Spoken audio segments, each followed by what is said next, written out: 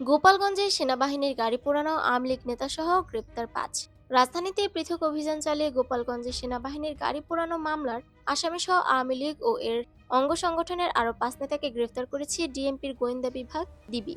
শুক্রবার ডিএমপির মিডিয়া বিভাগ থেকে এ তথ্য জানানো হয়। গ্রেফতাররা হলেন শুকতাইল ইউনিয়নের সাবেক চেয়ারম্যান ও শুকতাইল ইউনিয়ন আওয়ামী লীগের সভাপতি এবং গোপালগঞ্জ জেলা পরিষদের সাবেক সদস্য মোহাম্মদ আবেদ আলী শেখ, রমনা ও হাতিঝিল থানা মহিলা আওয়ামী লীগ সভানেত্রী মমতাজ পারভিন শিমু, ছাত্রলীগের সাবেক সহসভাপতি ও ঢাকা পলিটেকনিক ইনস্টিটিউটের সাবেক সভাপতি এবং মহানগর উত্তর যুবলীগ কর্মী মোহাম্মদ জাকির হোসেন সাগর, মিরপুর থানা ছাত্রলীগের ভারপ্রাপ্ত সাধারণ সম্পাদক এম আর বাদল ও উত্তরা থানা আওয়ামী লীগের সক্রিয় কর্মী মনিরুল ইসলাম। ডিবি সূত্রে জানা যায়, বৃহস্পতিবার রাত আনুমানিক ৮টা ৩০ মিনিটে ধানমন্ডি এলাকায় অভিযান চালিয়ে মোহাম্মদ আবেদ আলী শেখকে এবং একই দিন রাত আনুমানিক ৯টায় বাংলা মোটর এলাকা থেকে মমতাজ পারভিন শিমুকে গ্রেফতার করে ডিবি ওয়ারী বিভাগের পৃথক টিম।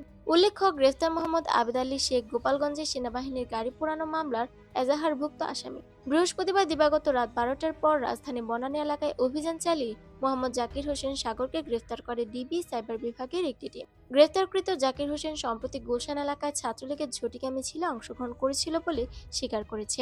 এছাড়া সে ২০১৫ সালে বেগম খালেদা জিয়ার গাড়িবহরে হামলার ঘটনার মামলার আসামি। ডিবি সূত্রে আরও জানা যায়, বৃহস্পতিবার দিবাগত রাত আনুমানিক ১টা ৪৫ মিনিটে মিরপুর এলাকায় অভিযান চালিয়ে এম আর বাদলকে গ্রেফতার করে ডিবি মিরপুর বিভাগের একটি দল।